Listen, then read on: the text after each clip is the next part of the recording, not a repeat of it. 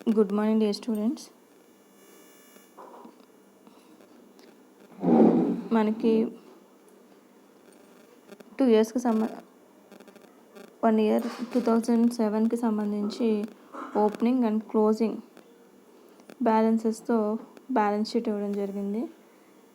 And additional information వచ్చి during the year emission costing 30,000 rupees, accumulated depreciation దాని మీద ఎంత అంటే 9,000 వాజ్ సోల్డ్ ఫర్ 15,000. ఈ పాయింట్ మనం చదవగానే మనకు ఒక విషయం తెలియాలి. 30,000 వాల్యూ చేసేటువంటి ఒక మిషన్ 30,000 కాస్ట్, దాని కాస్ట్, దాంట్లో 9,000 డిప్రిసియేషన్ తీసేస్తే 21,000 దాని యొక్క వాల్యూ. బట్ 21,000 వాల్యూ చేసేటువంటి మిషన్ని 15,000కి మనం సోల్డ్ చేసాము అంటే మనకి 6,000 లాస్ వచ్చింది. ఓకే, మళ్ళీ చెప్తున్నాను. 30,000 వాల్యూ కాస్ట్ ఉన్నటువంటి మిషన్ 30,000 దాని కాస్ట్, దాని మీరు డిప్రిసియేషన్ ఎంత 9,000 లెస్ చేస్తే 21,000 అంటే ఆ మిషన్ యొక్క వాల్యూ 21,000. బట్ మనం ఎంతకి సోల్డ్ చేసాం దాన్ని అంటే 15,000కి సోల్డ్ చేసాం, అంటే 6,000 లాస్తో సోల్డ్ చేసాం. ఓకే, ఈ విషయం కింద అకౌంట్ ద్వారా మనకు తెలుస్తుంది, కింద అకౌంట్ వేసినప్పుడు. Next, the provision for depreciation against machinery as 1/1/2007 was 75,000. 31/12/2007లో డిప్రిసియేషన్ ఎంత అంటే 1,20,000. Net profit for the year 2007 1,35,000.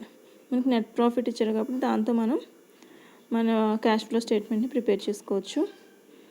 Cash flow statement for the year అంటే 31/12/2007కి క్యాష్ ఫ్లోస్ ఫ్రమ్ ఆపరేటింగ్ యాక్టివిటీస్లో ఫస్ట్ ఏం వేసుకుంటామంటే net profit for the year వేసుకుంటాం. మనకి అవైలబుల్గా ఉంది net profit for the year additional ఇన్ఫర్మేషన్లో 1,35,000 కాబట్టి దాంతో మనం స్టార్ట్ చేయాలి. 1,35,000 దాంట్లో adjustments for non cash and non operating items ఏమున్నాయో చూడండి. మిషన్ యొక్క సేల్ మీద లాస్ 6,000 అని చెప్పాను నేను. మీకు ఒకసారి వర్కింగ్ నోట్స్ అన్నీ చూసేస్తే మీకు క్లారిటీ వస్తుంది. ఫస్ట్ వర్కింగ్ నోట్స్ ఏంటంటే ప్రొవిజన్ ఫర్ డిప్రిసియేషన్. మనకి ఏదైతే డిప్రిసియేషన్కి సంబంధించి అడిషనల్ ఇన్ఫర్మేషన్లో ఓపెనింగ్ అండ్ క్లోజింగ్ బ్యాలెన్సెస్ ఇవ్వడం జరిగింది. ఓపెనింగ్ బ్యాలెన్స్ 75,000, 1/1/2007 75,000, 31/12/2007 1,20,000 అని మనకి అడిషనల్ ఇన్ఫర్మేషన్ ఇచ్చారు. సో 75,000 ఓపెనింగ్ బ్యాలెన్స్ అవుతుంది, 1,20,000 క్లోజింగ్ బ్యాలెన్స్ అవుతుంది. సో అవి రెండు కూడా వేసుకున్న తర్వాత మనం సోల్డ్ చేసినటువంటి మిషన్ మీద డిప్రిసియేషన్ 9,000. సో డెబిట్ చేయాలి ప్రొవిజన్ ఫర్ డిప్రిసియేషన్ అకౌంట్లో to depreciation and machinery 9,000. So ఇప్పుడు బ్యాలెన్సింగ్ ఫిగర్ క్రెడిట్ సైడ్ వచ్చింది ఎంత అంటే 54,000. ఆ 54,000 P&L అకౌంట్ అవుతుంది. బై P&L అకౌంట్ అని చెప్పి 54,000 వేస్తాం. దీని అర్థం ఏంటంటే పర్టికులర్ ఈ ఇయర్లో అరేంజ్ చేసినటువంటి డిప్రిసియేషన్ ఎంత అంటే 54,000. Next machinery account. మిషనరీ అకౌంట్లో machinery opening balance and closing balances రెండు కూడా చూడండి. ఓపెనింగ్ బ్యాలెన్స్ ఎంత, క్లోజింగ్ బ్యాలెన్స్ ఎంత.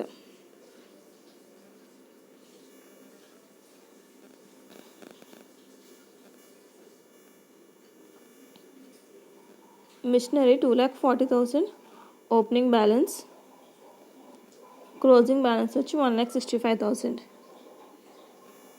అండ్ డిప్రిసియేషన్స్ వచ్చి ఓపెనింగ్ 75,000, క్లోజింగ్ 1,35,000.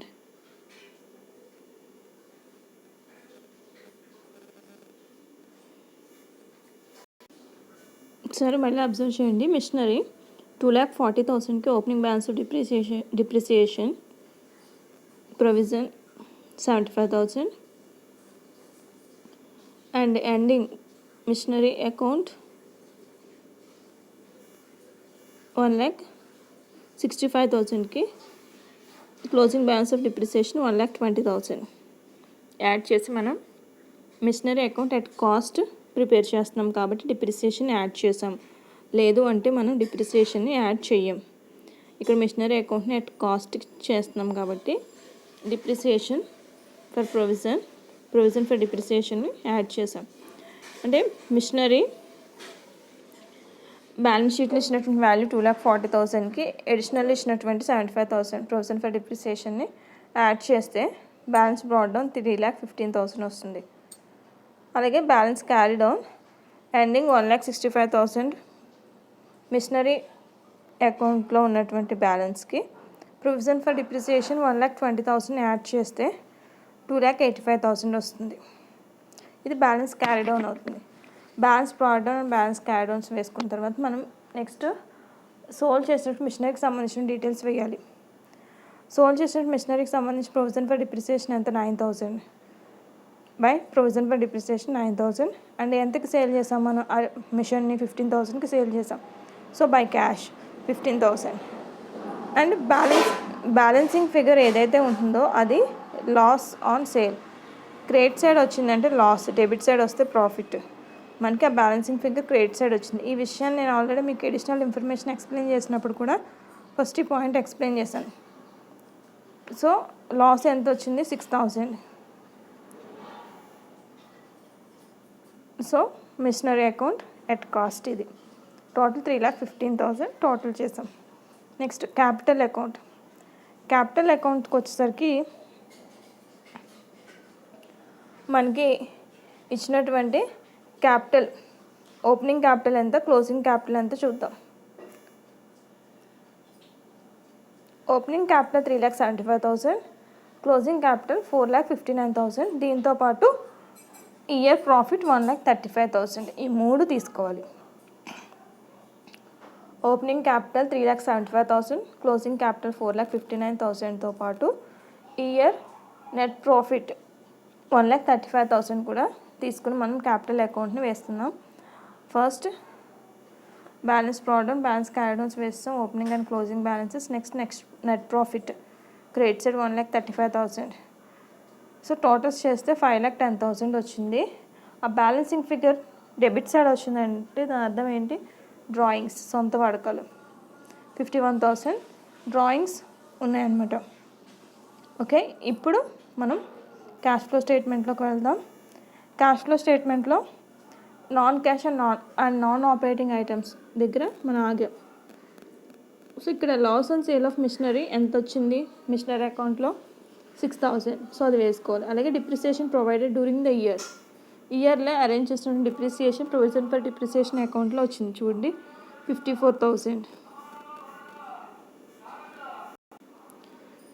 ఈ 54,000 ప్లస్ 6,000 అండ్ 1,35,000 యాడ్ చేస్తే 1,95,000 వస్తుంది. Next adjustments for changes in current operating assets and liabilities ఏమున్నాయో చూడండి. మనకి డెబిటర్స్ ఇంక్రీజ్ అయ్యాయి, స్టాక్ డిక్రీజ్ అయింది అండ్ క్రెడిటర్స్ ఇంక్రీజ్ అయ్యాయి. ఫస్ట్ డెబిటర్స్ 60,000 ఇంక్రీజ్ అయ్యాయి. So minus value. Debtors increase అయితే minus value. Current assets increase అయితే minus value, current assets decrease అయితే ప్లస్ వాల్యూ. అలాగే కరెంట్ లయబిలిటీస్ ఇంక్రీజ్ అయితే plus value, current liabilities decrease అయితే minus value అవుతుంది. మైనస్ వాల్యూస్ని ఇక్కడ మనం బ్రాకెట్లో ఇండికేట్ చేస్తాం. డెబిటర్స్ ఇంక్రీజ్ అయ్యాయి, సో మైనస్ వాల్యూ ఇక్కడ బ్రాకెట్లో ఇండికేట్ చేస్తాం 60,000. Next decrease in stock 30,000, decrease in creditors 12,000. Next మనం 1,95,000 నుంచి 60,000 లెస్ చేసి 30,000 అండ్ 12,000 యాడ్ చేస్తే 1,77,000 వస్తుంది. ఈ 1,77,000కి ఈవెన్ ఇన్కమ్ ట్యాక్స్ పెయిడ్ ఉంటే లెస్ చేయాలి. మనకి ఇన్కమ్ ట్యాక్స్ పెయిడ్ అని ప్రాబ్లం ఇవ్వలేదు కాబట్టి, వాల్యూ ఏమీ లేదు కాబట్టి డైరెక్ట్గా ఈ 1,77,000 net cash from operating activities అవుతుంది. సో ఫస్ట్ పాయింట్ వచ్చింది net cash from operating activities. Next second point ఏంటంటే net cash flows from investing activities. Cash flows investing యాక్టివిటీస్లో ఏమున్నాయి అంటే సేల్ ఆఫ్ మిషనరీ 15,000 ఉంది. మిషన్ మనం 15,000 సేల్ చేసాం, అడిషనల్ ఇన్ఫర్మేషన్ ఇచ్చారు. అలాగే ల్యాండ్ అండ్ బిల్డింగ్స్ వాల్యూస్ చూద్దాం. ల్యాండ్ వాల్యూ ఇంక్రీజ్ అయింది అంటే అవుట్ఫ్లో. బిల్డింగ్స్ వాల్యూ కూడా ఇంక్రీజ్ అయింది. ల్యాండ్ వాల్యూ 30,000 ఇంక్రీజ్ అయింది, బిల్లింగ్స్ వాల్యూ 75,000 ఇంక్రీజ్ అయింది. సో ఇంక్రీజ్ అయ్యాయి అంటే cash outflow. So 75,000 plus 30,000 minus 15,000 చేస్తే 90,000 మైనస్ వాల్యూ వస్తుంది. ఇది net cash used in investing activities 90,000. Second point కూడా కంప్లీట్ అయింది. నెక్స్ట్ థర్డ్ పాయింట్ ఏంటంటే cash flows from financing activities. Financing యాక్టివిటీస్లో పేమెంట్స్ చూడండి. Repayment of mister S loan, అలాగే loan from bank ఉంది, డ్రాయింగ్స్, ఈ మూడు కూడా financing activities.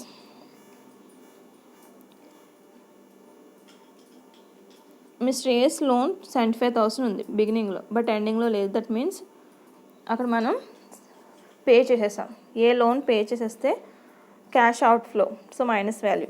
Next loan from bank 1,20,000 ఉండేది 1,50,000 అయింది, అంటే 30,000 లోన్ తీసుకున్నాం.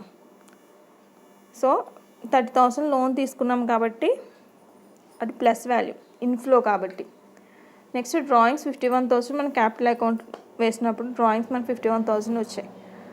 డ్రాయింగ్స్ అంటే అర్థం ఏంటి, అవుట్ఫ్లో కాబట్టి అది కూడా minus value. So total financing activities చూస్తే 75,000 minus value, 51,000 minus value. So ఈ రెండింటిని యాడ్ చేసి దాంట్లో 30,000 లెస్ చేసాము, 96,000 మైనస్ వాల్యూ వచ్చింది.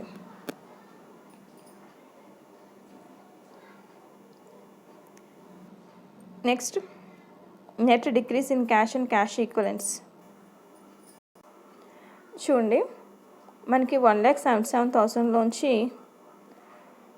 90,000 అండ్ 96,000 ఈ రెండు కూడా మైనస్ వాల్యూస్ కాబట్టి 90,000 ప్లస్ 96,000 యాడ్ చేయండి,